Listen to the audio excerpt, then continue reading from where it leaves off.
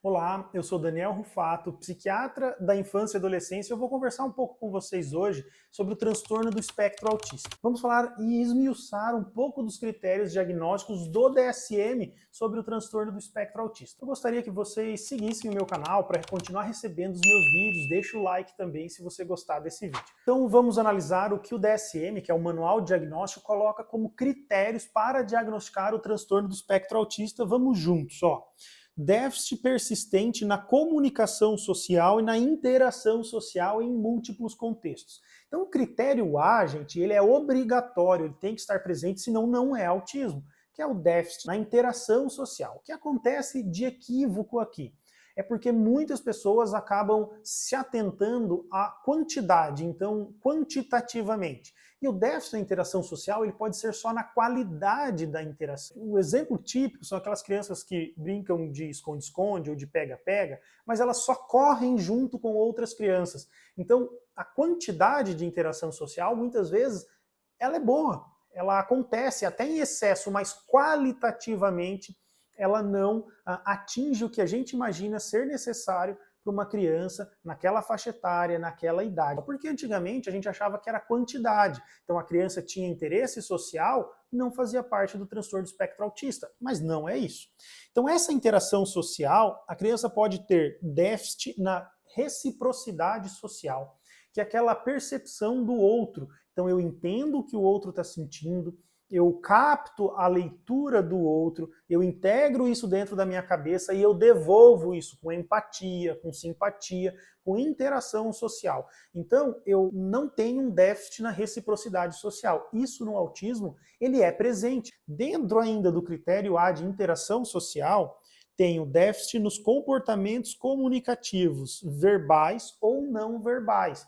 Então, a criança tem dificuldade desde a entonação da voz, gesticulando, avaliando a mímica facial, avaliando as características não verbais da linguagem, da fala e da interação social. Ainda falando do critério A, existe um déficit para desenvolver, manter e compreender relacionamentos. Ou seja, a criança pode ter um colega na escola. Isso não afasta o diagnóstico de transtorno do espectro autista. Eles têm alguns amigos, mas ele não consegue compreender verdadeiramente, qualitativamente, o que é aquela amizade, o que é aquela relação com a outra pessoa.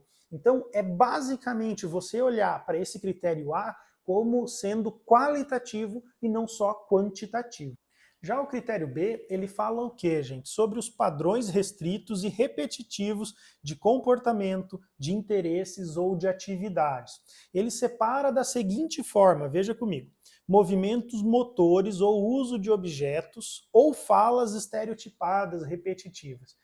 Os pais dos pacientes com transtorno espectro autista ou crianças que estão sendo investigadas para tal transtorno sabem que isso acontece com uma frequência maior do que deveria. Então, os movimentos motores, que são muito comum, o flapping, que é o bater dos braços, o uso de objeto repetidamente, então muitas vezes objetos que não são realmente brinquedos, a criança fica excessivamente com esses objetos. E falas estereotipadas, são muitas vezes emissões de sons que ele escutou algum jargão em um desenho e fica repetindo aquele, ou um barulho que ele fica fazendo com a boca.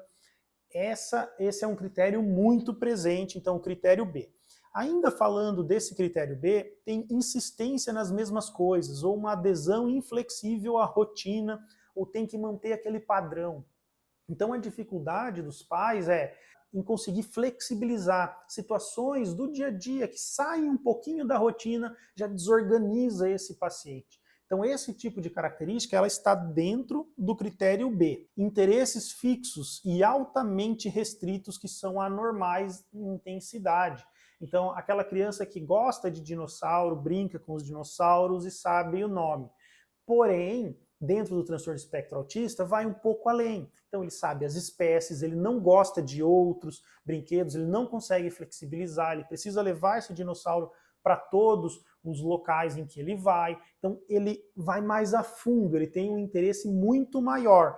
E às vezes não brinca realmente de dinossauro, ele brinca de observar aquele animal, ele tem um interesse diferente, ele é mais aprofundado do que um simples interesse, e as crianças passam por fases mesmo, então fases que gostam de planeta, de dinossauro, depois de um determinado desenho. Esse é o neurodesenvolvimento natural, ela vai amadurecendo os interesses. Os pacientes do transtorno de espectro autista, isso não é verdadeiro, ele tem um interesse ainda maior. O quarto ponto do critério B é uma hiper ou hiporreatividade a estímulos sensoriais.